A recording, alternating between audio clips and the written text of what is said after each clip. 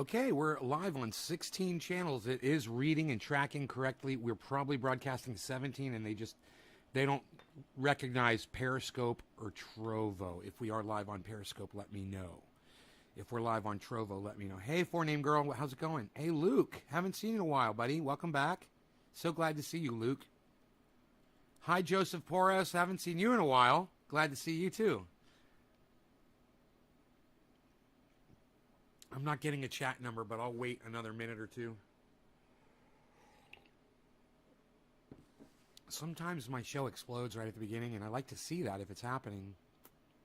Hippie Chick, hello. Good tweeting, Hippie Chick. Good retweeting. I saw you got Dr. Guy McPherson's name wrong. That's fine. He's not really that accessible on Twitter. He might be under the name Nature Bats Last or something. I don't know how to get him on Twitter, actually. He may have left it. But that response that guy gave you was funny, huh? And because you added me, I got to see the whole exchange. Hey, Joseph, I've been good, except I'm sick. Hey, Karen diagnosed me today. Karen, Dr. Karen McDonald. I got to tell you, I looked up, as soon as you said thrush, man, I didn't ignore you. I want you to know that. I listened to all of you guys. And I went right to Google and I searched up thrush, and sure enough, you get little sores inside your mouth, and it's painful, makes your throat sore. It's a fucking yeast infection in your mouth. It's basically bacteria fucking going crazy. So I remembered my flat earther friend Daniel, that you guys, he comes on the show every once in a while, argues with me. And he brought me and my ex-girlfriend at the time, Donna, he brought us a whole bottle of colloidal silver. Her and I were both sick. We had a flu, and it was a bad one.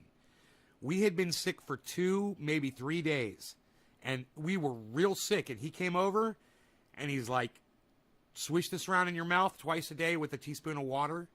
He said, and you'll be better before you know it, man. You'll be right as rain. That was what he told me, because I remembered that was the line from Matrix. He says, you'll be right as rain, I promise. I was like, whatever, fucking flat earther, Daniel. You know the symptoms? Yeah, dry mouth. I got a sore on my tongue. I got a sore here in my lip on the inside.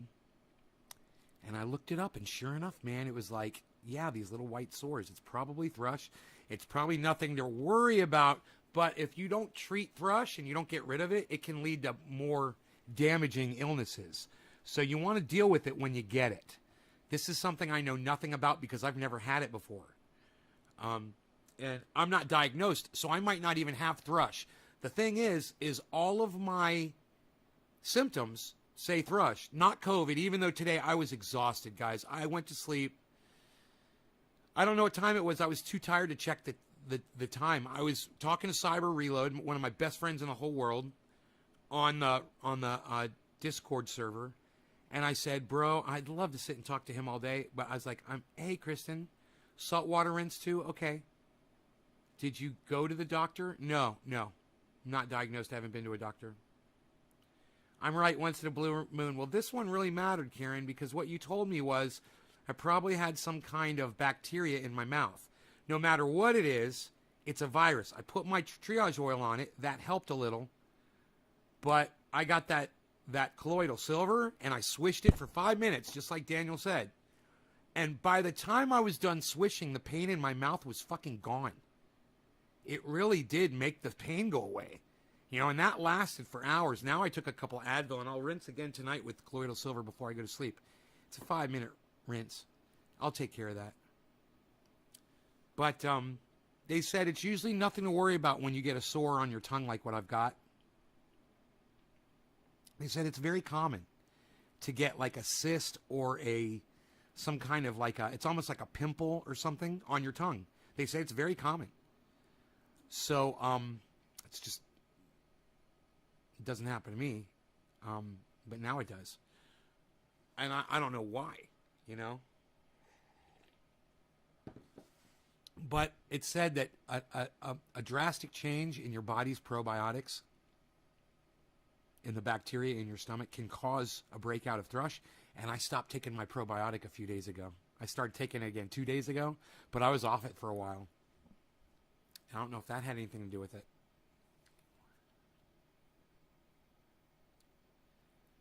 So, here I am to hang out with you guys and smoke with you guys and see how this makes me feel. So, how do I feel right now? There's slight pain in my mouth. It's not bad. My tongue is a little sore. The inside right here, my lip is a little sore. The back of my throat is just a little sore. Not so bad that I can't do a show. I took a shower. You know, this morning I woke up. I couldn't even get in the shower. I was sick, guys.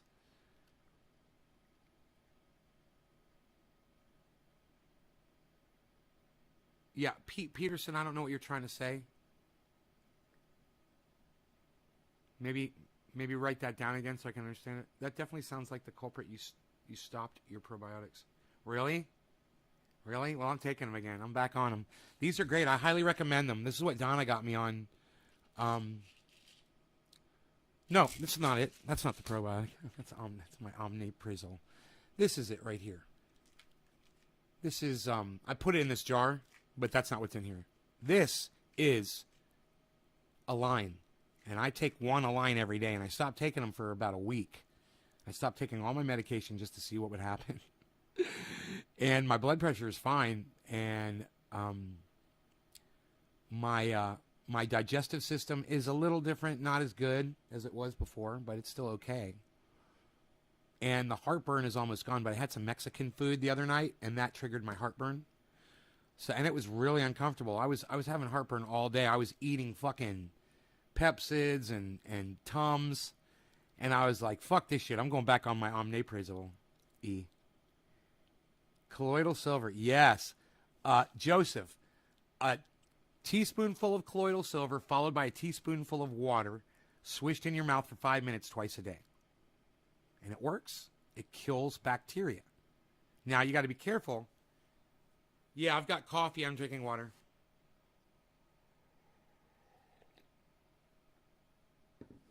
Pre and probiotic. Test myself. See if the good things are actually working. They typically are. Yeah, I may have had a little bit extra sugar last 2 days, too. I had a bad, a breakdown craving. And I ended up eating like four of those, whatever those candy bars are, They've got 4 grams of sugar each. So I had 16 grams of sugar. I was like, it's less than a soda. And then, boom, I started getting sick. My body hates sugar now. What can I say? And I'm getting fatter. I noticed some flab on me. I was like, oh, man. Because I've been sick for the last 2 days, and I haven't been doing my exercises at all. It's nice to see you up and about. Thank you. Yeah, I've been in bed. I slept all afternoon, guys. That's what I did. I did go to the mail place. I had boxes, and I wanted to get them before it started getting really hot. And today it was 97 degrees outside, man, when I went down there. I left the dog in the house. I went out there. I got my mail. I got some groceries. I came back, and I went right to bed. Kind bars. Yeah, those Kind bars. 4 grams of sugar each. And I bought some real milk, which I haven't had in years and years and years. But, I'm not going to be having that almond water anymore. I fucking hate it. So I just bought some milk. I'm like, there's no sugar in milk,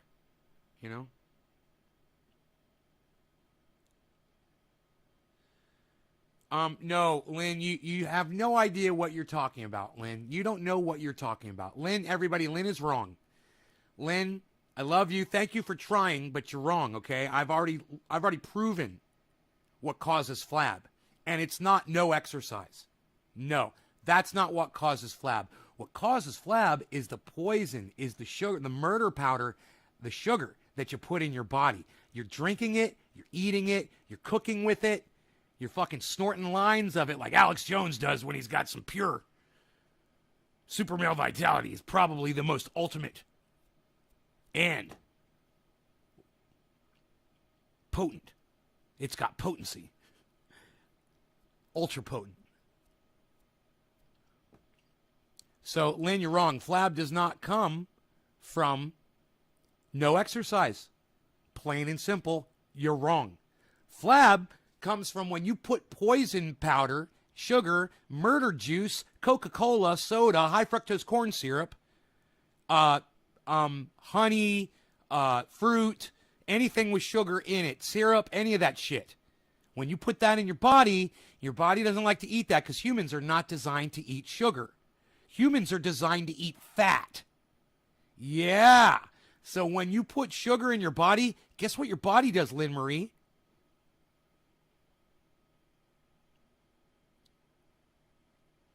I know, I just said that. It's not just your belly, Lynn. It's not just your belly. It's your fucking love handles. It's your back. It's your fucking double chin. It's your flabby fucking arms, Lynn. It's not just your belly. Listen, I just cut 20 pounds in a matter of 2 months. So it wasn't that I stepped up my exercise, because I didn't. In fact, I do less exercise now. That's a fact. Hey, man, I used to hike with Rogan twice a day, every day. We would do that hike. Lots of exercise. That was more than a month ago. When I started cutting sugar, I realized I don't need to fucking hike anymore. I could just let him out. Amy Christopher raised his hand. Yes, Amy.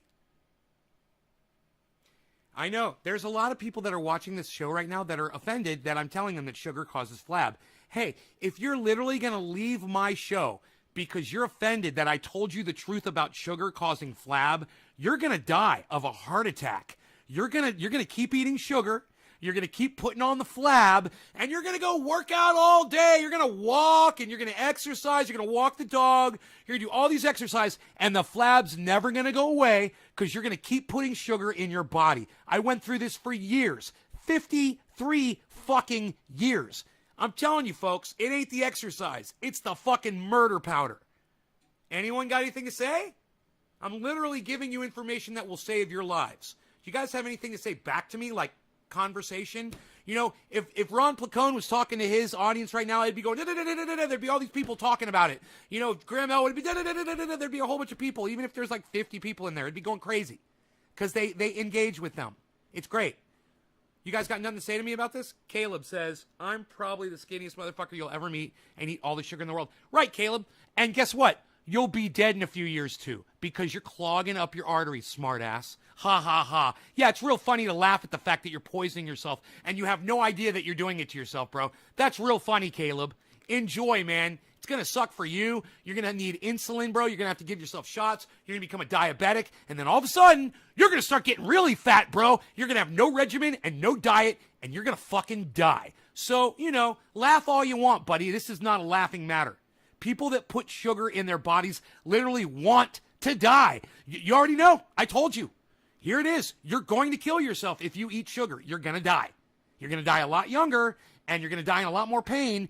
And let me tell you something. Since I stopped eating sugar, I've never felt better. Now, granted, this little viral infection I got, it sucks. But you know what? Here I am. I got a fucking viral infection. It's affecting my lymph. It was infecting my lymph node. It's not so bad now. And here I am doing a live stream. Why? Because I don't eat fucking murder powder. At least you're living a happy life. Hey, Caleb, I bet I'm living a happier life. You know what? Sugar makes you depressed, bro. Let me tell you.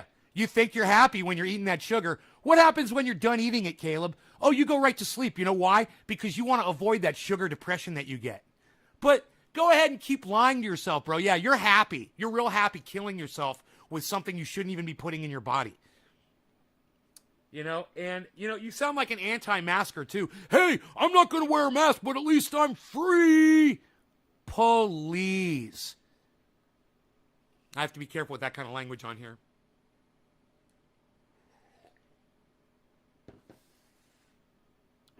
Just eat it on Netflix. Check that document. Just eat it.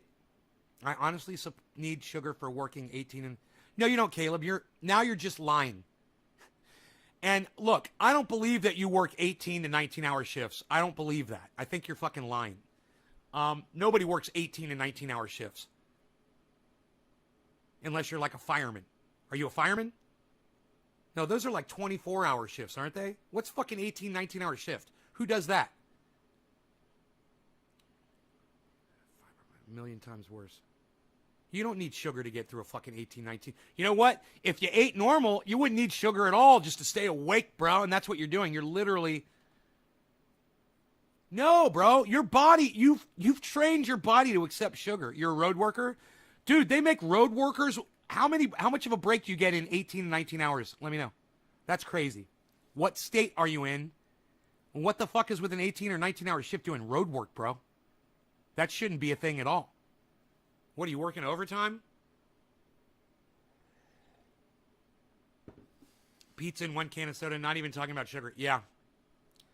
Home health can be 24-hour shifts. That's different. You know, if you're doing medical or you're a fire worker or you're a paramedic, I understand those long shifts. He's a road worker. They're usually 12-hour shifts for the home workers at my mom's house, but that's probably different than what you've been exposed to. Maybe California, you do 24 hours. There's a huge patch of blackberries. I probably ate half of a quart today from the wild. So good. Josh, yeah, it's full of sugar, bro. You just put a ton of sugar in your body. You want to kind of limit that intake. Keep that in mind. Dude, tell me my nose hair trimmers are out here, please. Please. Yes. Hold on, guys. If I'm sitting here fucking with my nose this much, man, it's time to bust out the trimmers.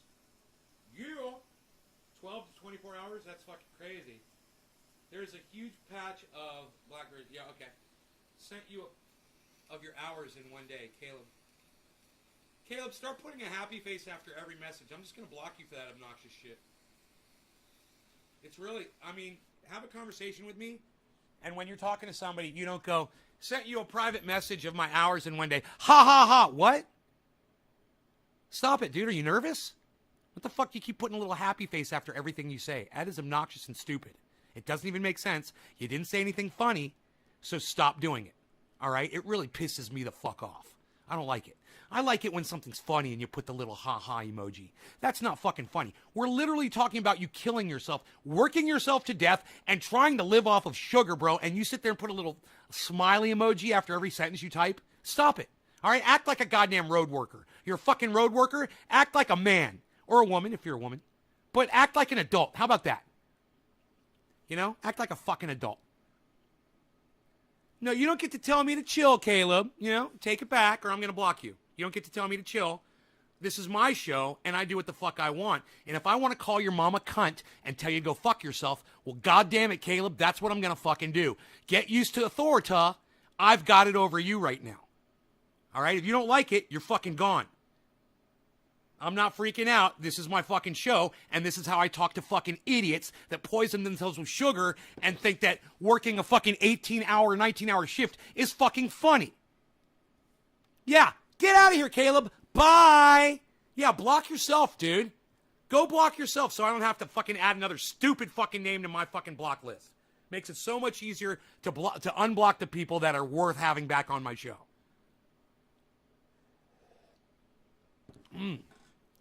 Lynn, I have so much energy for the entire day from being a fat burner. I lost 100 pounds from ditching sugar, flour, and bread.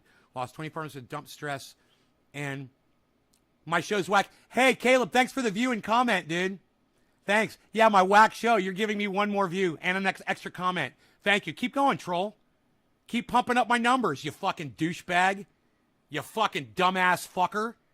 I'd call you a dumbass fucking road laborer, but I've actually got a lot of friends that do that kind of work, and they're way better than you'll ever fucking be. Ha ha ha! Ha ha ha! Your mom's a cunt. Ha ha ha! You're killing yourself with sugar. Ha ha ha! Ha ha ha! Keep doing it, buddy. Thank you. Thank you. And as soon as one of my fucking members in here gets sick of your ass, you're fucking gone. But until then, thank you for the view and comment. I just got to turn on my AC. I'm getting a little hot here with the coffee drinking.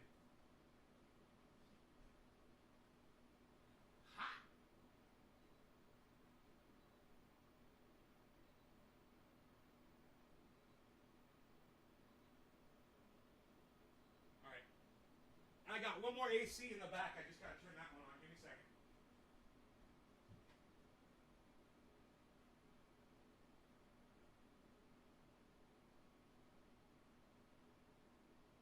Okay.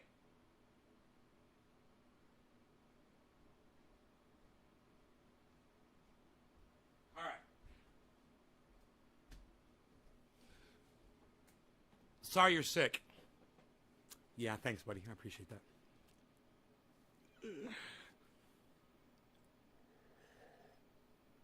Sugar is man. And if you want to live, Caleb needs to go. He said all those, sorry you're sick. No, he doesn't need to go. I can argue with people and not block them. It's okay. I walked it off. I'm trying to heal adrenals from fatigue of all that sugar detox. I don't understand what you mean by adrenals from fatigue, but I do understand that sugar makes me tired. It fatigues me. And that might be why I fucked up a little bit, ate some sugar, and fed the fucking viruses in my mouth. I don't know. I don't know if it works like that. It went into my blood, though. The sugar definitely went into my blood. So many, they were rotting. Birds wouldn't eat them fast enough. I'll regret it. Bro, you remember, my triage oil works on the butthole too, bro. If you do a little excessive wiping, you can use the triage oil to soothe your aching butthole. Remember that. And I don't know about this personally. Hey, I never tried it myself, but Billy Ballantyne swears by it on his butt. What can I say?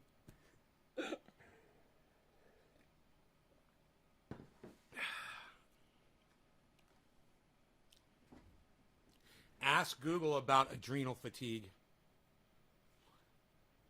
Lynn, I asked you. You don't want to have a conversation with me, Lynn? You don't want to talk to me? You want to make me jump through hoops? This is a perfect opportunity for you and I to have a discussion, and you can teach me. Right? Why would I Google it if you can just tell me? Okay, adrenals control everything. Hormones and regulation. Okay, I'm with you. I don't even know what adrenals are. I mean, I think I've heard the word. I mean, it's adrenaline, right? It's like a reference to adrenaline. Adrenal glands. Does that release adrenaline? I don't know, but I'm about ready to dab. Now, I dabbed myself out on the earlier show today. I wanted to hang out more with Cyber, but I was fucking exhausted.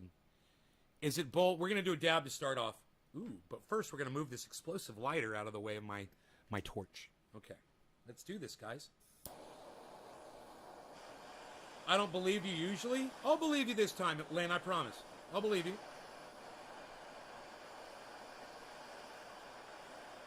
Breeding? Years, bro. I'm not really interested in breeding my own strains. It's too time consuming, man. And if I didn't have time, if I had a lot of time, I'd totally get into it because it's fun. But I got 2 grows going. I do 3 shows a day. I've got a dog. And just those things alone keep me fucking pretty busy. And I got to shop, and I got to clean, and I got baths to take, and showers, and clothes to wash, and dishes to do, and I live by myself, man, you know? I don't have a lot of time. Cheers, guys. All right, Lynn, well, let me know.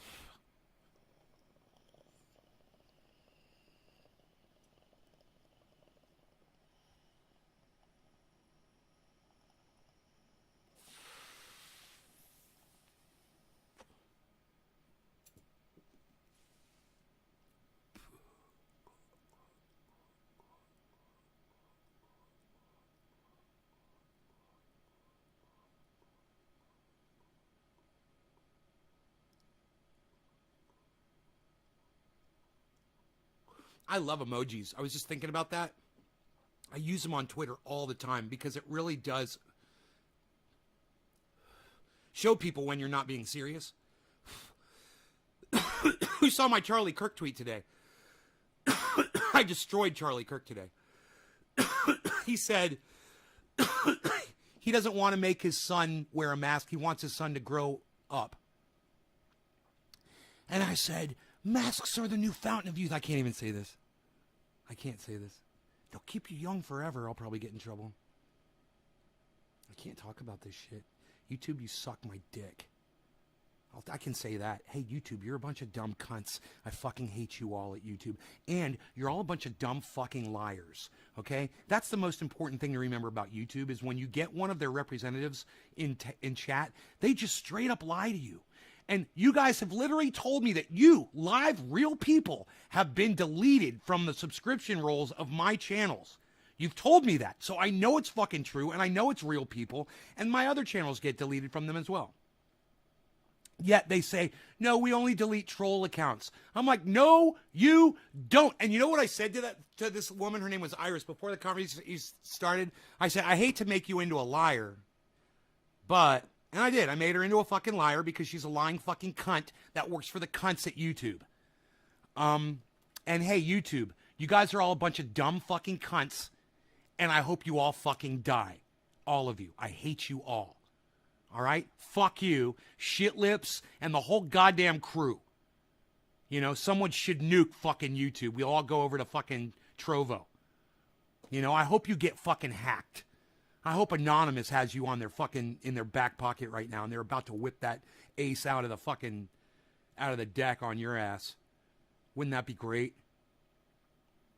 Wouldn't it be great if Anonymous went to YouTube and only took down the MSM accounts and left the Jimmy Dores and the small people, you know, even like Ben Shapiro, and left like anybody non-affiliated?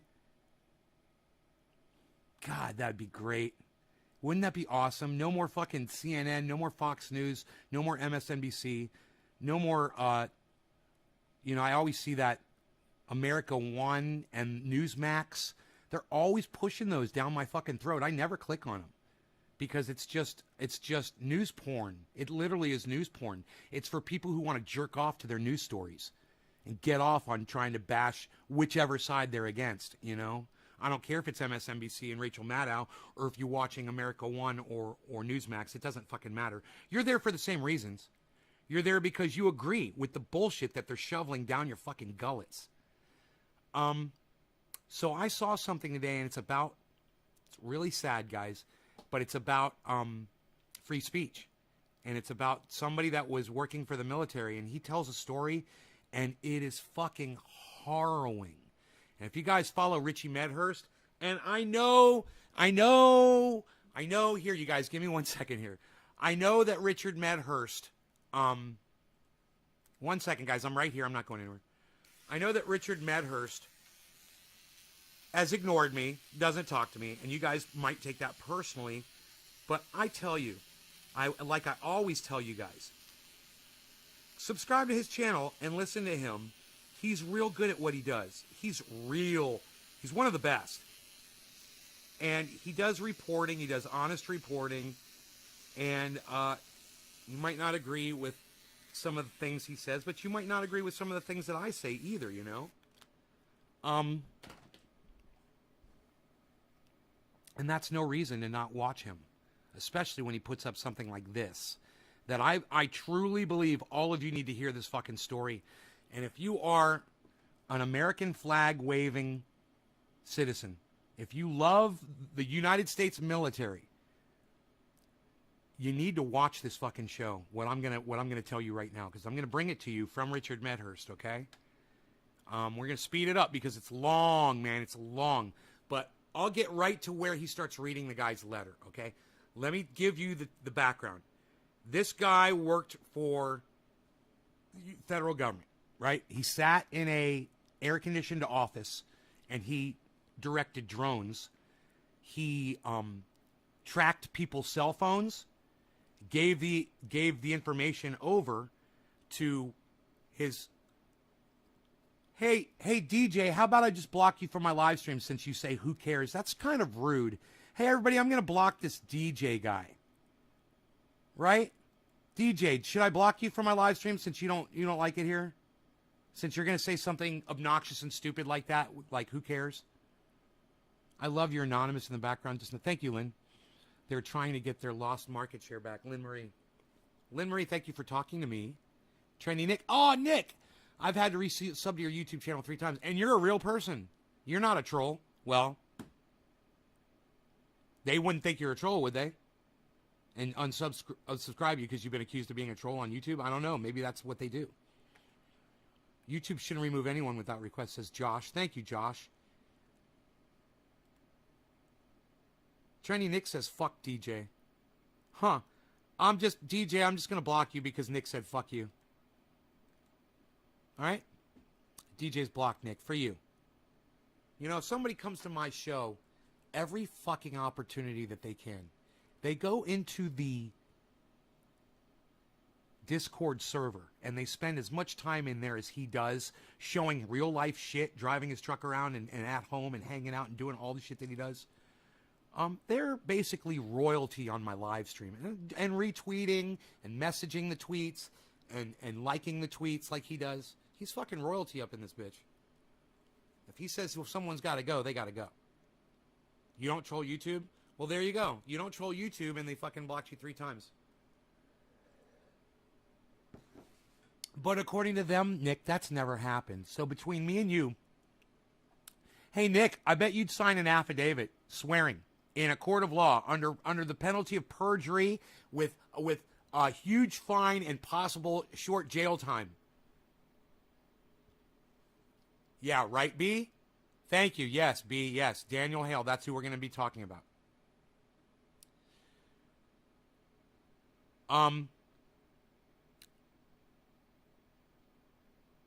You and I go to court and sue fucking YouTube, bro, and you're my affidavit backup witness, and anybody else will sign an affidavit and say you are lying. And that's all. Hey, I just want them called out for the lie that they say when they say we just unsubscribe old channels or channels that are disconnected or troll channels, fake channels, they like to say. Yeah, that's all we disconnect. No, you're lying and you're fucking liars, and I want you outed. I want YouTube publicly outed for this fact that they fucking lie. That's it. I just want everyone to know that they're fucking lying to our faces. They are literally doing what they're saying they're not doing. And that Nick is a witness. Is there anyone else in this live chat who's ever been unsubscribed by YouTube to any of my YouTube channels? And you showed up, you were like, man, whatever happened to that dude? And you had to find my channel and you weren't subscribed to it anymore. Anybody, let me know. I'm not going to ask you to sign an affidavit. I'm just kind of wondering if there's, a few of you. All right, we are going to history here and going to Richard Medhurst.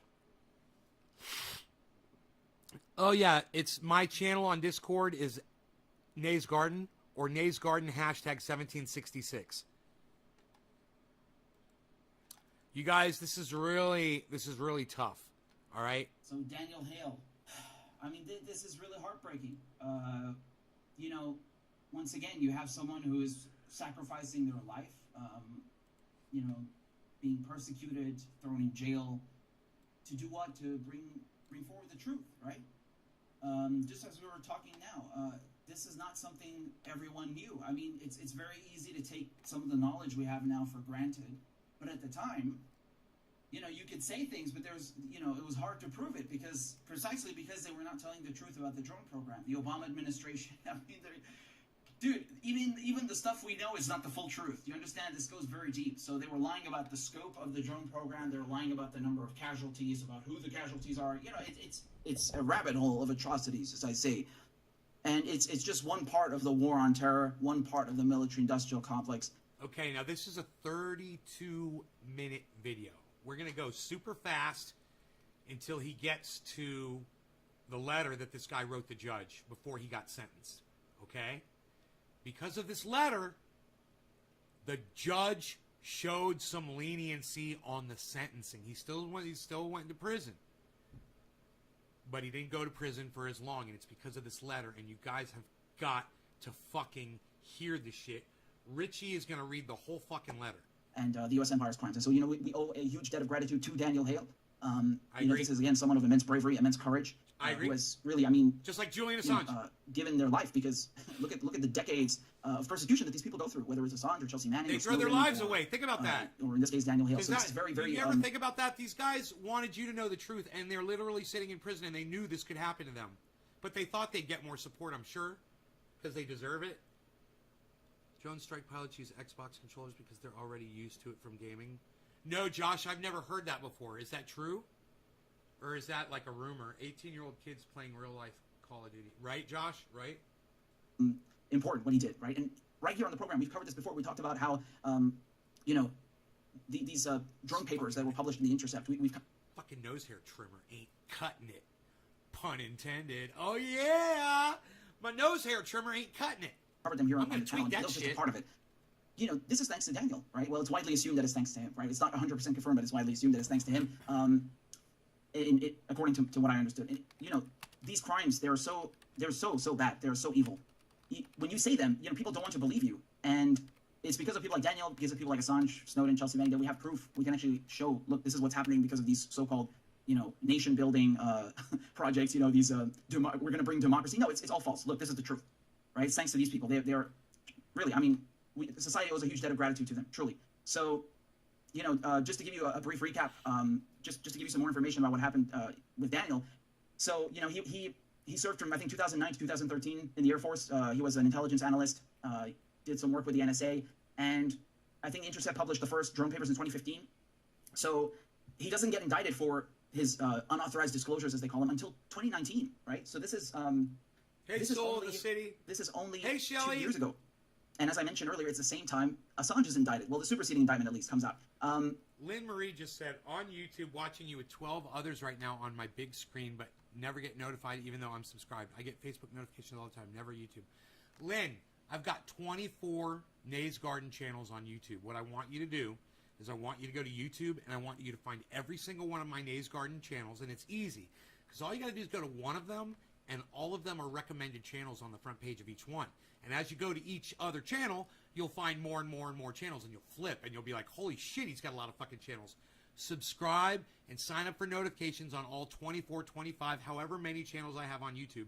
Do that, and you will I get 4 notifications when I go live, and I could show you my cell phone right now and prove it to you. But that's all you got to do. It'll take you 2 seconds to do all that.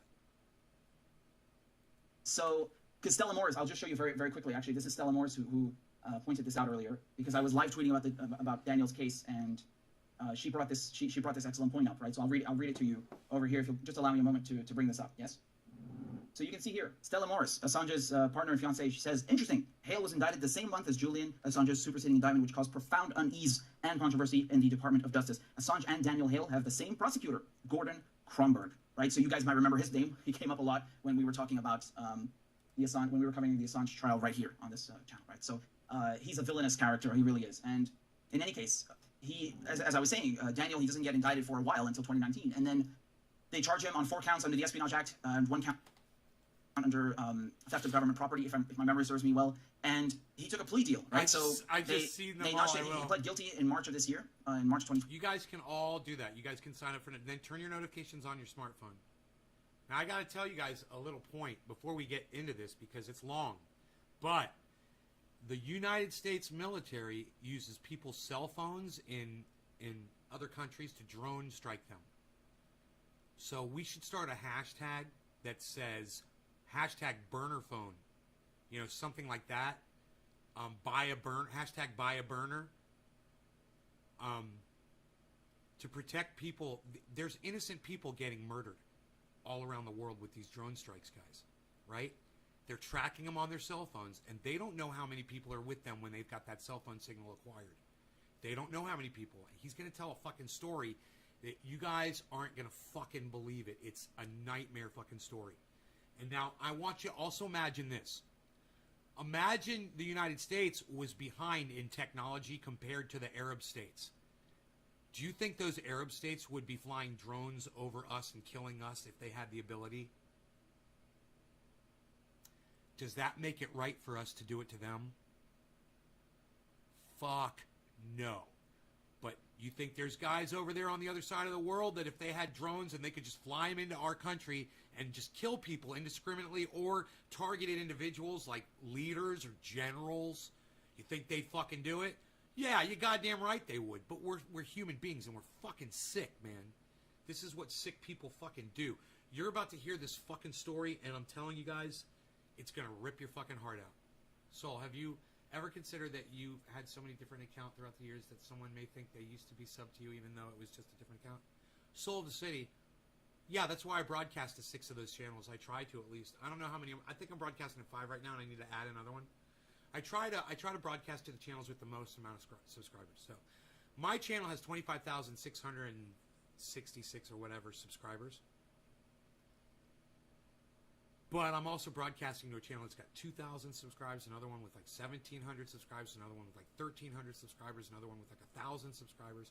And I think I'm broadcasting to one with like just a few, just like 40 subscribers or something like that. I do what I can, bro. But Soul of the City, when you got just one channel and the channel gets a strike, what are you to do when you broadcast 3 times a day? And how is your audience supposed to find you 3 times a day when you're literally saving people's lives when you go live? What are you supposed to do, Soul? What do you recommend? Why don't you give me some advice? Because I'm telling you right now, I need some, man. I'd appreciate it if you've got any. You know? So, let me have it. 2021 to one count under the Espionage Act, and usually it's 10 years for each count, which is why when we talk about Assange, who's like charged with 17 counts, plus another one, conspiracy to commit computer intrusion, is 175 years, right? So they don't even need to get you on all the counts to ruin your life. You can get you on one or two, and this is why we were afraid that Daniel might be sent to jail for 10 years, right? But now it's 3 years and 9 months. It's 45 months, and even like I said, that's 45 months too much. The guy, okay, he's been persecuted. He made great points there. Now, to save time, we're going straight to the letter, okay? I'm going to skip ahead. The letter starts at, it looks like 7:45, okay? This is the letter. And it's fucking harrowing, guys. Ever seeing them. Now you push a button thousands of miles away, since it's all done by remote control. There's no remorse without ever seeing them. He says we now kill people without ever seeing them. Let me slow it down. He says we now kill people. We now kill people without ever seeing them. With the technology. That stream this morning of you in the band days was badass. Totally didn't know it was you for like 2 minutes. I'm crazy. People. I blocked Forename Guy. Hey, Greasy, what's up, buddy? I blocked Forename Guy for literally saying he thought that was my cousin. Because I was right there playing a left-handed guitar, you know? Right next to a guy who's playing a right-handed guitar, and he couldn't even figure that shit out. Without ever seeing them. And he knows I just lost all now this weight. You push a We've been button talking about it on thousands of miles away, since it's all done by remote control. There's no remorse. And then we come home in triumph. That's a quote from U.S. Navy Admiral LaRocque, if I'm reading it correctly. Okay, he's speaking to a reporter in 1995. Now I'm going to read you what Daniel wrote. Daniel Hale. He was writing to the judge. Okay? So he says, "Dear Judge O'Grady, it is not a secret that I struggle to live with depression and post-traumatic stress disorder. Both stem from my childhood experience growing up in a rural mountain community and were compounded by exposure to combat during military service." Can you imagine this? The guy's already grown up in an unstable environment and decides to go into the military, and then it just compounds his PTSD, right?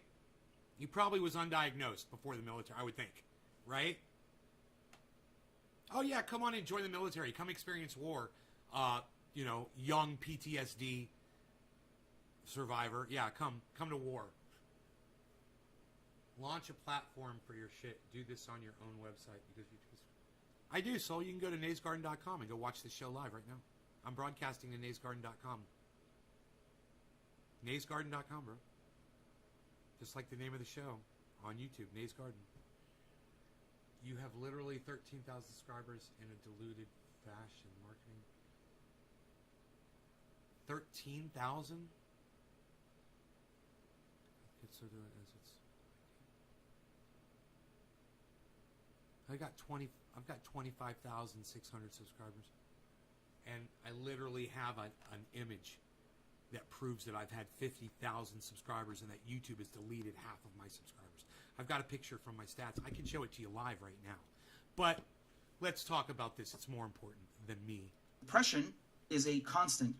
Through stress, particularly stress caused by war, can manifest itself at different times and in different ways. The telltale signs of a person afflicted by PTSD and depression can often be outwardly observed and are practically universally recognizable. Hard lines about the face and jaw. Eyes, once bright and wide, now deep set and fearful. And an inexplicably sudden loss of interest in things that used to spark joy. These are the noticeable changes in my demeanor marked by those who knew me before and after. I got to tell you something. When you guys hear the story, it's going to flip you out. I can't believe people are leaving this live stream to not hear this fucking letter because it's going to blow your fucking minds. But the people that are leaving this live stream, they're depriving themselves of this fucking story of what the federal government does. And wow, for people that are leaving right now. Wow. This guy has literally written a letter about his experience flying drones and murdering people. Okay? And you guys are fucking pussing out on me There should be more and more and more people here watching this. Are you fucking kidding me? You guys need to all listen to this shit. Don't run out. Don't be a fucking pussy. All right? Stay. After military service. To say that the period of my life spent serving in the United States Air Force had an impression on me would be an understatement. It is more accurate to say that it irreversibly transformed my identity as an American, having forever altered the thread of my life story weaved into the fabric of our nation's history. To better appreciate the significance of how this came to pass, I would like to explain my experience deployed to Afghanistan as it was in 2012 and how it is I came to violate the Espionage Act as a result. In my capacity as a signals He literally admits that he violated the Espionage Act to the judge in a letter. Right? Did you guys catch that shit? Are you paying attention? I hope you are. Listen, if you guys are leaving this because you're fucking bored or whatever, the people that leave this, seriously, because you don't like this or you don't want to hear it or whatever, you're literally dumb little cuck bitches. This is the one thing you do need to fucking hear, you fucking dumb shits. You need to stay and listen. I can't believe how many people left. Intelligence analyst station at Bagram Air Base. This is in Afghanistan. I was made to track down the geographic location of handset cell phone devices believed to be in the possession of so-called enemy combatants. To accomplish this mission required access to a complex chain of globe-spanning satellites capable of maintaining an unbroken connection with remotely piloted aircraft, commonly referred to as drones. Once a steady connection is made and a targeted cell phone device is acquired, an imagery analyst in the U.S., in coordination with a drone pilot and camera operator, would take over using information I provided to survey everything that occurred within the drone's field of vision. So this guy pinpointed where the people were, right? And he told the guy that was flying the drone the location. This is what this guy did. You're going to want to hear this fucked up story. And if you leave, you're a dumb cunt and you're a pussy. And you need to hear what the United States federal government does. You need to fucking hear this shit. It's all a fucking joke to them, like it is to some of the people that are leaving this live stream. You don't give a fuck what the United States military is doing in other countries, do you? That's why you're fucking leaving. How dare you ever even show your fucking pathetic face on my live stream again? Somebody that walks out on this live stream intentionally, you're fucking nothing to me. You need to hear this fucking story. This was done most often to document the day-to-day lives of suspected militants. Sometimes, going in again on under the right conditions, an attempt at capture would be made. Other times, a decision to strike and kill them where they stood would be weighed. The first time that I witnessed a drone strike came within days of my arrival to Afghanistan. Early that morning, before dawn, a group of men had gathered together in the mountain ranges of Patika province around a campfire, carrying weapons and brewing tea. That they carried weapons with them would not have been considered out of the ordinary in the place I grew up, much less within the virtually lawless tribal territories outside the control of the Afghan authorities. Except that among them was a suspected member of the Taliban, given away by the targeted cell phone device in his pocket. As for the remaining individuals to be armed, of military age, and sitting in the presence of an alleged enemy combatant was enough evidence to place them under suspicion as well. Despite having peacefully assembled, posing no threat, the fate of the now tea-drinking men had all but been fulfilled. I could only look on as I sat by and watched through a computer monitor when a sudden, terrifying flurry of Hellfire missiles came crashing down, splattering purple-colored crystal guts on the side of the Morning Mountain. Just as a side note, just as a quick note, what he's saying is absolutely true about Afghanistan, right? There was absolutely nothing uncommon about, you know, I'm just gonna reread you what he said here, right? He says that they carried weapons with them would not have been considered out of the ordinary in the place I grew up, much less within the virtually lawless tribal territories outside the control of the Afghan authorities. I know that because I've seen that myself, been there. Okay, when I was much younger. It's true what he's saying. If we were at war with Israel, people would be getting drone bombed by America all the time because there's a lot of people in Israel that walk around the streets with machine guns. At least when I was there, they did. I don't know if they still do that today, but it used to be like that. And, you know, there's places like Texas or Arizona where there's open carry. I don't know if Texas or Arizona, but there's states kind of like those states that have open carry laws. You know, what are you going to let other countries come in here and drone bomb our citizens for carrying a weapon? Since that time and to this day, I continue to recall several scenes of graphic violence carried out from the cold comfort of a... Wait, whoa. Soul of the city. You say this sounds like propaganda? What do you mean it sounds like propaganda? Some guy that's facing prison that's telling a judge that he is guilty of violating the Espionage Act? That sounds like propaganda? What do you mean, soul of the city? Explain that. I don't understand what you mean by that. The computer chair. Just explain it Not to me. a day goes by that I don't question the What do you mean it sounds like justification for propaganda? my actions.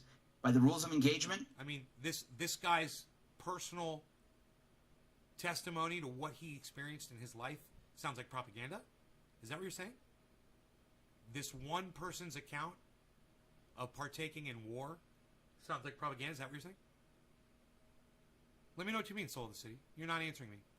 it may have been permissible for me to have helped to kill those men, whose language I did not speak, customs I did not understand, and crimes I could not identify in the gruesome manner that I did. Soul of the city, you're an idiot. Watch them die. But how could it be considered What the heck, honorable of me to self-protection continuously from have death laid is in different wait for the next than reward opportunity for to profit. kill unsuspecting persons who more often than not are... Self-protection from death is different than war for profit. How do we know to trust this one guy's half-assed account? Soul of the city, listen to what I just told you. I'm going to say it one more time. This is a guy admitting to violating one of the most serious crimes against the United States. Espionage. Do you understand that?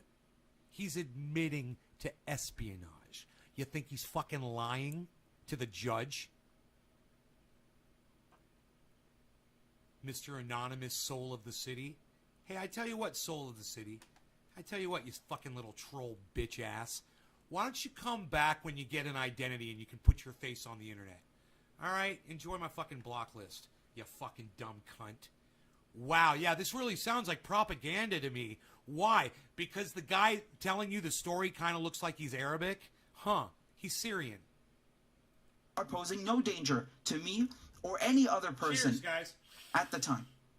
Never mind honorable, how could it be that any thinking person continued to believe that it was necessary for the protection of the USA to be in Afghanistan and killing people, not one of whom's present was responsible for the September 11th attacks on our nation? Notwithstanding, in 2012, a full year after the demise of Osama bin Laden in Pakistan, I was part of killing misguided young men who were but mere children on the day of 9/11.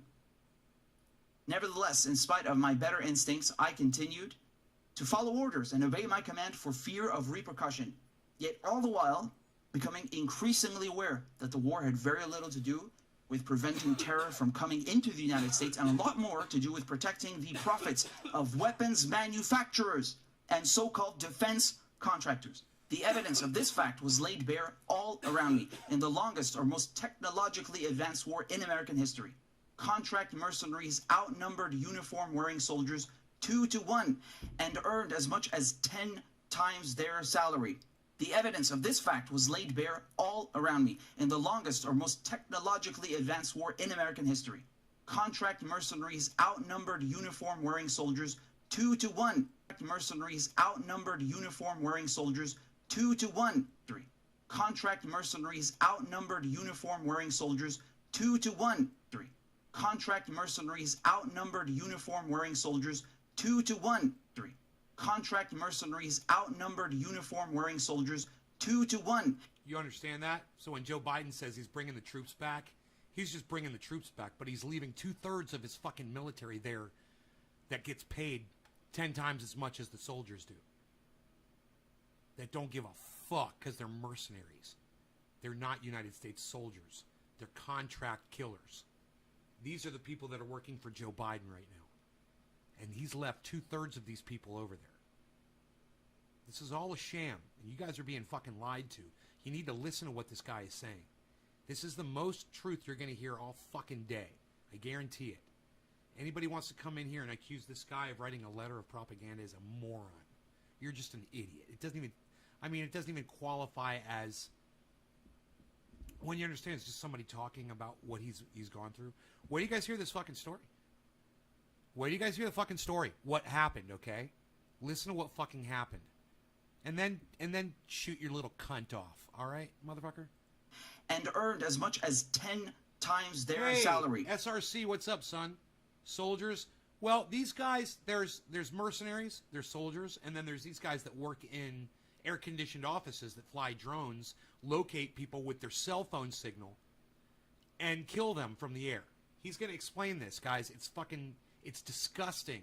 It's fucking disgusting. You're going to want to fucking hear this story. This is your United States federal government at work, guys. And again, just a quick side. Wait till you fucking hear this story. No, once again, absolutely true.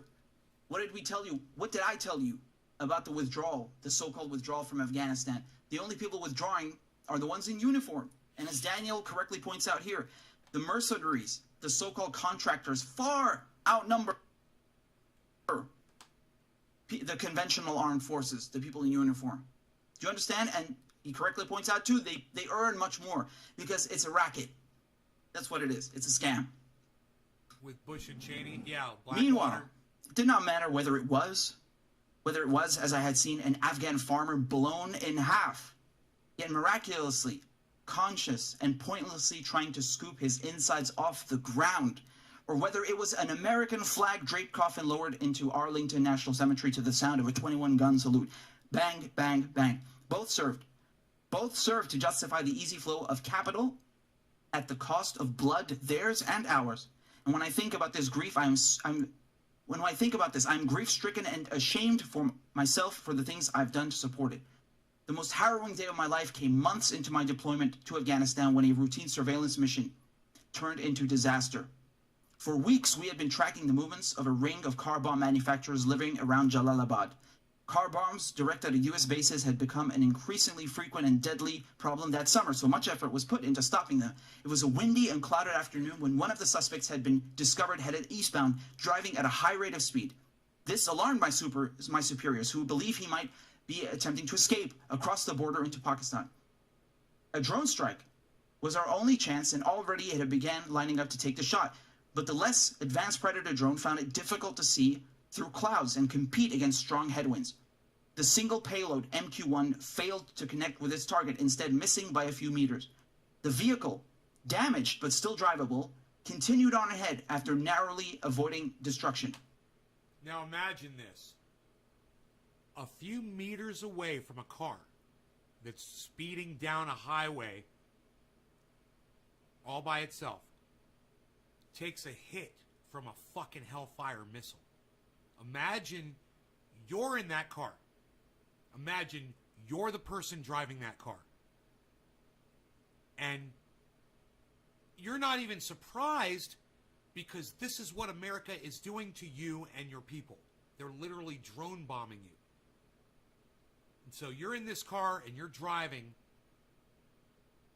Eventually, once the concern of another incoming missile subsided, the driver stopped, got out of the car, and checked himself as though he could not believe he was still alive. Out of the passenger side came a woman wearing an unmistakable burqa. As astounding as it was to have just learned there had been a woman, possibly his wife, there with the man we intended to kill moments ago, I did not have the chance to see what happened next before the drone diverted its camera when she began frantically to pull out something from the back of the car. A couple of days.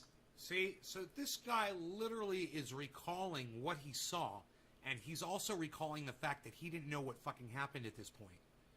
Right? Now listen to this shit. This is where it gets super fucked up. Not that it's already not fucked up.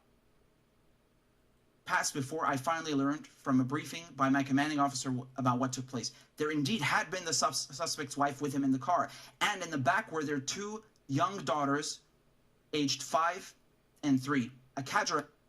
5 and 3 years old were in that car, and we're shooting fucking Hellfire missiles at it. 2 little girls, 5 years old and 3 years old. Are they guilty of anything? Is this how you're supposed to do justice to people? by shooting rockets at them when they're with their families? Do you want to know why he was speeding down the road? So they could avoid getting shot by a fucking Hellfire missile, man. They're fucking expecting that shit. This is the United States government, guys. This is fucking Joe Biden. This is the cuck bitch Donald Trump. I believe this happened when Donald Trump was president. You never heard about this shit, did you? Of Afghan soldiers were sent to investigate where the car had stopped the following day. It was there they found them placed in the dumpster nearby. The eldest was found dead due to unspecified wounds caused by shrapnel that pierced her body. Her younger sister was alive, but... Nice, huh? We killed a little baby. We killed a little girl with our tax dollars, with my money and your money. And every time you pay taxes in the United States anywhere, your money is going to kill little girls with Hellfire missiles. People that we don't want to fucking deal with or look at. So we're just going to fucking shoot missiles at them. Joe Biden, Donald Trump, these are your leaders. Barack Obama, he dropped a lot of drones, didn't he? What a douchebag. I hope they all fucking drop dead. Fuck them all, man. I'm so sick of our leaders. They're not our leaders, man. They're not my fucking leaders. Fuck these people. I can't go through life any longer like a fucking sheep ignoring this shit. This is what I pay money for. This is why I have to do my taxes every year. So that they can drop Hellfire missiles on 3- and 5-year-old girls and their mother. Unacceptable, man. It's fucking unacceptable. And you should all be fucking disgusted. Severely dehydrated. As my commanding officer relayed this information to us, she seemed to express disgust, not for the fact that we had errantly fired on a man and his family, having killed one of his daughters, but for the suspected bomb maker having ordered his wife to dump the bodies of their daughters in the trash so that the two of them could more quickly escape across the border. Oh, so that they could live. They did what they had to do so they could live. They had to hide the bodies of their girls. The one girl was alive, left alive, I believe, and survived, I believe. They knew they were going to have problems if they tried to cross the border with them. And, you know, the body of their daughter. You think they wanted to leave the body of their daughter in a dumpster?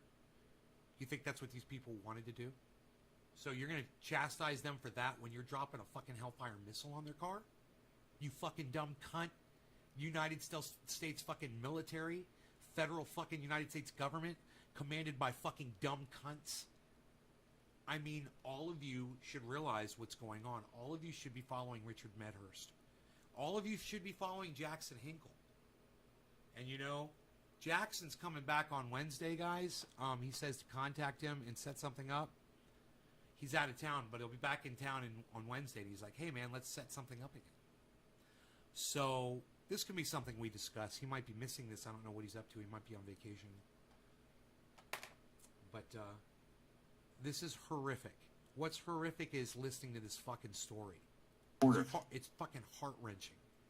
Now, whenever I encounter an individual who thinks that drone warfare is justified and reliably keeps America safe, I remember that time and ask myself, how could I possibly continue to believe that I am a good person, deserving of my life and the right to pursue happiness? 1 year later, at a farewell gathering for those of us who would soon be leaving military service, I sat alone transfixed by the television, while others reminisced together. On television was breaking news of the president giving his first public remarks about the policy surrounding the use of drone technology in warfare. His remarks were made to reassure the public of reports scrutinizing the death of civilians in drone strikes and the targeting of American citizens. The president said that a high... This sounds like Barack Obama, but I'm not sure. ...standard of quote-unquote near certainty needed to be met in order to ensure that no civilians were present. But from what I knew of the instances where civilians plausibly could have been present, those killed were nearly always designated enemies killed in action unless proven otherwise. See? Nonetheless... So not only do they kill innocent people, but then they classify them. So they brag about the numbers of, oh, we killed this many enemy combatants. We killed this many enemy combatants. They're not enemy combatants. They're innocent people. And they far outnumber the people that they claim are their targets, who are almost always guilty at that moment of death of doing nothing fucking illegal. They don't get due process, man. They don't get a judge and a jury. And their families sometimes don't get a chance to survive. We are a sick, sick country. And let me tell you something. If those guys had this technology, we'd be the ones getting drone bombed. Don't you think for 1 second they got a way to fucking kill us, they'd fucking kill us. That's not the point, and it don't make it right for us to do it to them. We could be setting a good example. Instead of dropping fucking drones on them, we could be dropping care packages and offering peace. And saying, hey, man, maybe one day we'll be able to work shit out. Here's some fucking food and supplies that you guys need, since we've been sanctioning you and not letting you have food and supplies and medicine for years because we're the United States. And that's the best way we bully other countries, is so that they don't get the supplies that they need. We're fucking monsters, man. And you know who that hurts the most? Are the people that are the poorest, that rely on those supplies.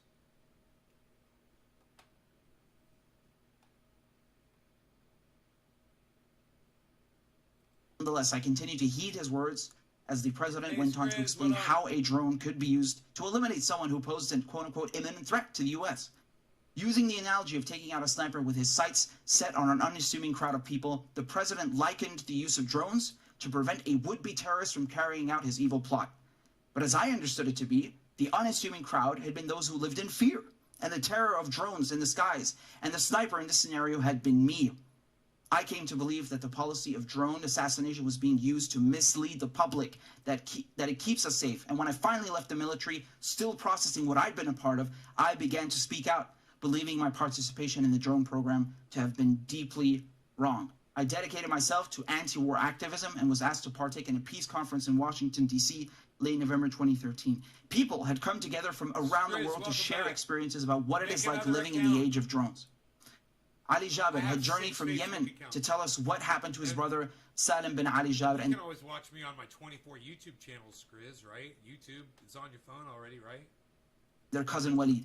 Walid had been a policeman, and Salim was a well-respected firebrand imam, known for giving sermons to young men about the path towards destruction should they choose to take a violent jihad. One day, in August 2012, local members of Al-Qaeda traveling through Fazil's village in a car spotted Salim. So this is 2012, back when Obama was president. In the shade, pulling up towards him and beckoned him to come over and speak to them. Not one to miss an opportunity to evangelize to the youth, Salim proceeded cautiously with Walid by his side. Fazil and other villagers began looking on from afar. Farther still was an ever-present Reaper drone looking too. As Faisal recounted what happened, I felt myself transported back in time to where I had been on that day 2012. And unbeknownst to Faisal and those of his village at the time, was that they had not been the only one watching Salim approaching the jihadists in the car. From Afghanistan, I and everyone on duty paused their work to witness the carnage that was about to unfold. At the press of a button, from thousands of miles away, 2 Hellfire missiles screeched out of the... Because that's how Barack Obama speaks. Joe Biden doesn't speak. He's a fucking blithering idiot. And Donald Trump says, we've got very, very big war. Our military's the best. He doesn't talk like that. That was worded and spoken by someone that was much more presidential than Donald Trump or Joe Biden could ever hope to be. The sky followed by 2 more, showing no signs of remorse. I and those around me clapped and cheered triumphantly in front of a speechless auditorium. Faisal wept. About a week after the peace conference, I received a lucrative job offer if I were to come back to work as a government contractor. I felt uneasy about the idea. Up to that point, my only planned post-military separation had been to enroll in college to complete my degree, but the money I could make was by far more than I had ever made before. In fact, it was more than any of my college-educated friends were making. So after giving it careful consideration, I delayed going to school for a semester and took the job. For a long time, I was uncomfortable with myself over the thought of taking advantage of my military background to land a cushy desk job. During that time, I was still processing what I had been through, and I was starting to wonder if I was contributing to the problem of money in war by accepting to return as a defense contractor. Worse was my growing apprehension that everyone around me was also taking part in a collective delusion and denial that this is all handwritten too, by the way, guys. Was used to justify our exorbitant salaries for comparatively easy labor. The thing I feared most at the time was the temptation not to question it. Then it came to be that one day after work, I stuck around to socialize with a pair of coworkers whose talented work I had come to greatly admire. They made me feel welcomed, and I was happy to have earned their approval. But then, to my dismay, our brand new friendship took an unexpectedly dark turn. They elected that we should take a moment and view together some archived footage of past drone strikes. Such bonding ceremonies around a computer to watch so-called war porn had not been new to me. I partook in them all the time. So that's what these people do. When they kill these people, they go back, they watch the footage, and they laugh about it. These are American soldiers that do this. Some of you guys that are ex-military, you know how some people are. Time while deployed to Afghanistan. But on that day, years after the fact, my new friends gaped and sneered just as my own ones had at the sight of faceless men in the final moments of their lives. I sat by watching too, said nothing, and felt my heart breaking into pieces. The truest truism that I've come to understand about the nature of war is that war is trauma. I believe that any person either called upon or coerced to participate in war against their fellow man is to be exposed to some form of trauma. In that way, no soldier needs to burden the weight of experience after surviving a traumatic event. How PTSD manifests depends on the circumstances of the event. So how is the drone operator to process this? The victorious rifleman, unquestioningly remorseful, at least keeps his honor intact by having faced off against his enemy on the battlefield. The determined fighter pilot has the luxury of not having to witness the gruesome aftermath. But what possibly could I have done to cope with the undeniable cruelties that I perpetuated? My conscience, once held at bay, came roaring back to life. At first, I tried to ignore it, wishing instead that someone better placed than I should come along to take this cup from me. But this too was folly. Left to decide whether to act, I only could do that which I ought to do before God and my own conscience. The answer came to me that to stop the cycle of violence, I ought to sacrifice my own life and not that of another person. So I contacted an investigative reporter with whom I had established prior relationship and told him I had something the American people needed to know. Respectfully, Daniel Hale. Dude. He said, I know I'm going to go to fucking prison, man, for this. I'm committing a horrible crime against the United States federal government, against the military, against the American people. And I know that I'm going to go to jail, he says, but we kill people indiscriminately and we laugh about it. And you guys need to know that we're fucking scum. Does that sound like propaganda to y'all? Of course not. Man, I feel great. I took 2 Advil before this show, but I should get some sleep. My tongue swelling is down. Mouth swelling is down. Doesn't hurt right now. I think I'll rinse with colloidal silver again and spit it out, for 5 minutes before I go to sleep tonight. Seems to work. It said you've got to kill the bacteria that are in your mouth. And, I'm not too crazy about killing the bacteria that are in my stomach, but I'm going to take some more probiotics tomorrow. So I'll get on that. So nice to have the big channel back, guys. Yeah? Are we good? Are we live? I dropped 317 frames. That's no big deal, huh?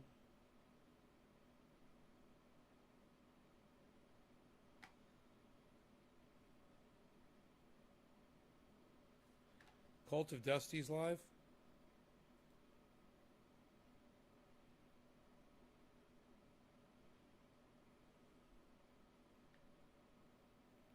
Why doesn't it show your live show, dude? This is so stupid, man. You don't put that shit at the top?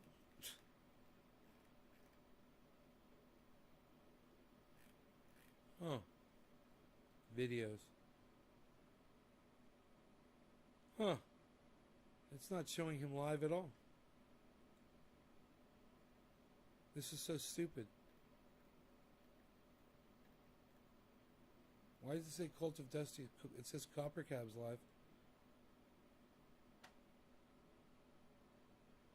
Oh my god. He's not live. Why does it say all these people are live, dude? What's going on with YouTube? Is YouTube all fucked up, guys?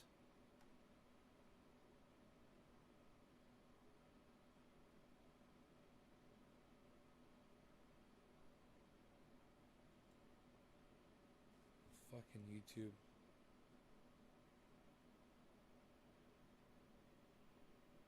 I'm not seeing any live streams.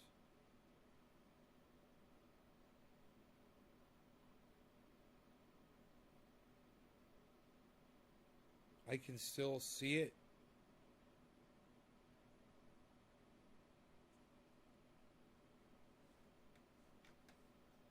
Secular talk.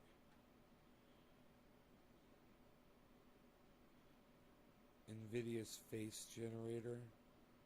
AI. 6 days ago.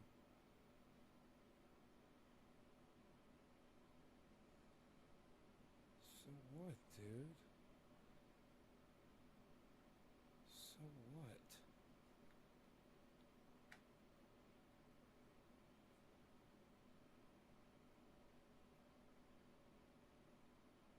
Huh. YouTube good. You're live on Facebook.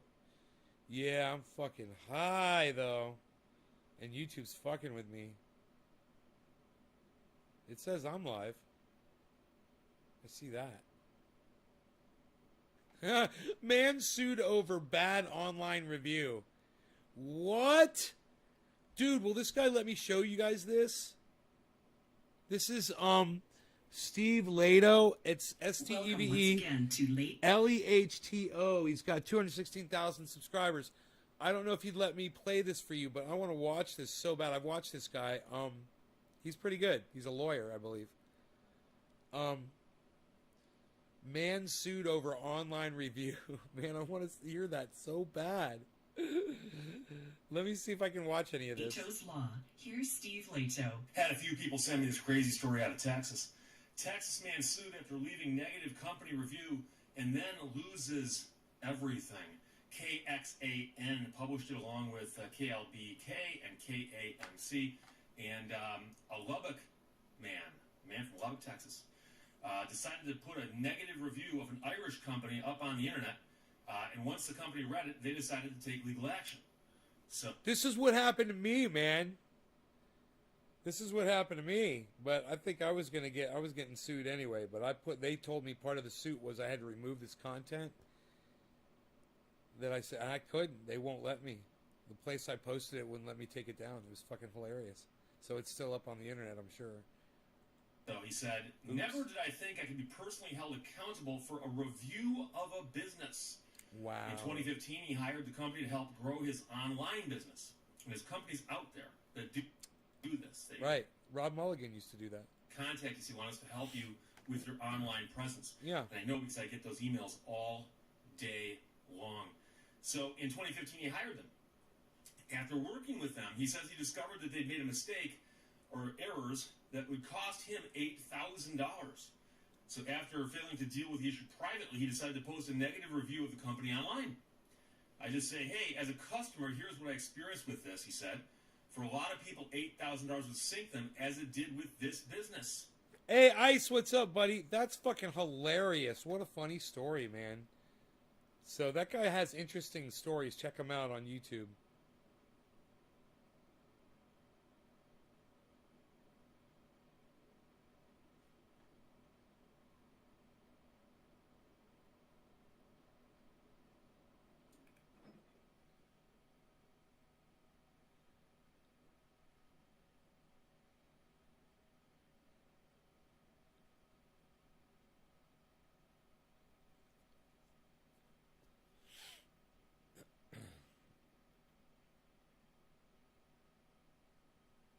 Joe Rogan's first appearance at UFC 12. Oh my God, he was so young. Holy shit, he had hair. He had a full head of hair, guys. Joe Rogan did. He was so not jacked at all, man. He just had a normal physique. That is fucking funny.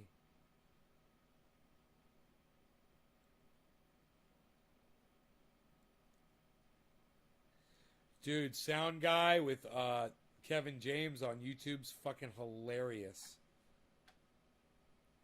He does this fucking bit where he acts alongside other established scenes from movies, and he just pastes himself in there. And it's really realistic, dude. It is like he's right there. I don't know how he does the shit. It's green screen, I guess. But, or some sort of a, software, you know.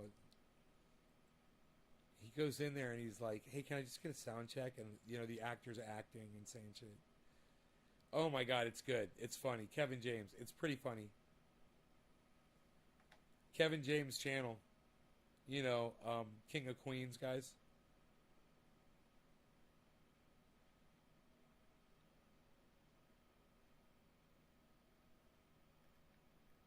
Really worth watching. I think I'm going to subscribe to his channel. Yeah, I'm going to subscribe. His shit is fucking fun.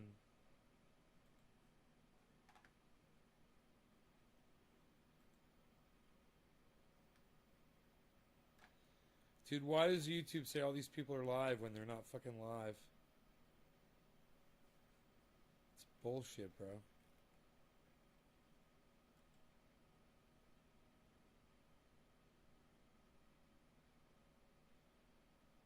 "32 minutes ago." Stop saying he's live. He's not fucking live, motherfucker. God damn it. Listen, guys, I'm going to go. I love you guys. Thanks for watching so much. I'll see you in the morning, okay? You guys take care. I'm exhausted. I'm sick. Sorry.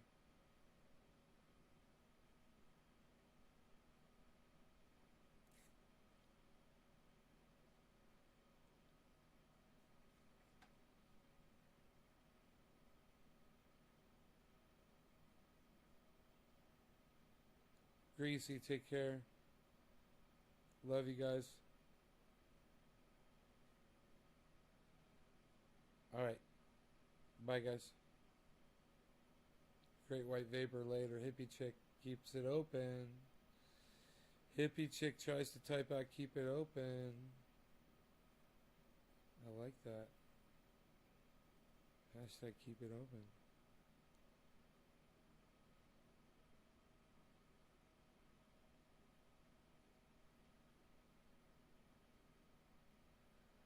A quick change artist? What's that?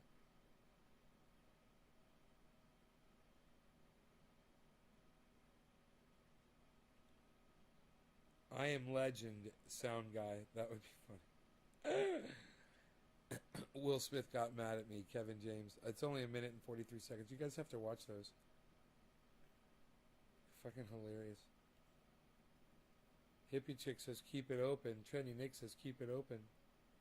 I like that. I like to see it.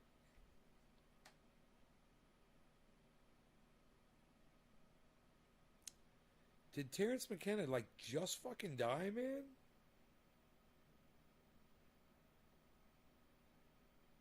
I wonder how he died. Huh.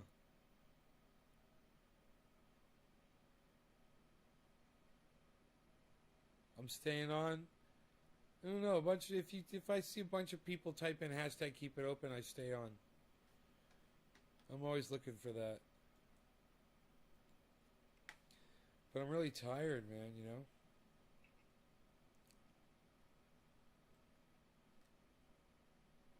Spot a quick changer. They're very similar to short changers. They start off the same way. They buy something very inexpensive, usually something that's $1 and some change with a very large bill. So in this case, he's buying Hubba Bubba bubblegum. It's $1.09, and he's going to pay with a 50. So that right there should be the first red flag.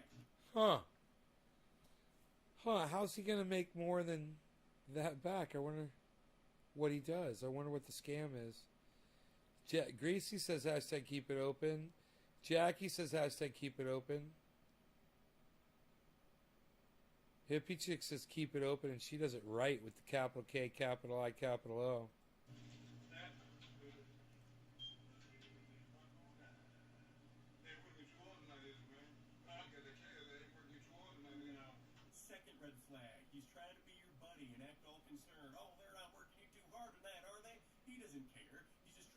good side so you let your guard down so you don't think he's a piece of crap.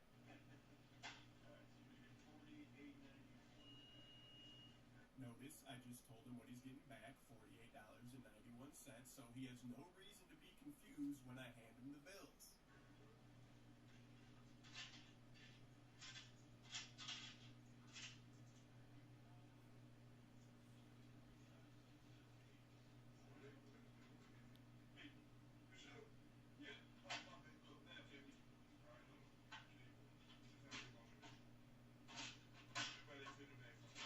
Third red flag.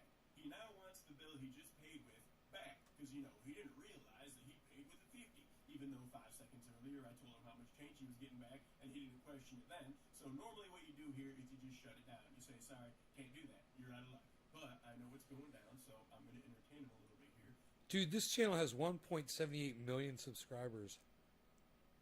I just realized that. I should probably not be playing his content, but you guys check him out. Gas Station Encounters.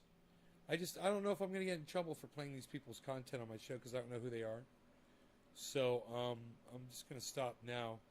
But you guys can check that stuff out. I really like all the Keep It Opens, guys. Thank you. I would have left sooner. But I am sick and I do got to go, guys. So y'all take care. Love you guys. I got to get some sleep. I will see you in the morning, okay? I think my tongue's getting better. Love y'all. Bye-bye.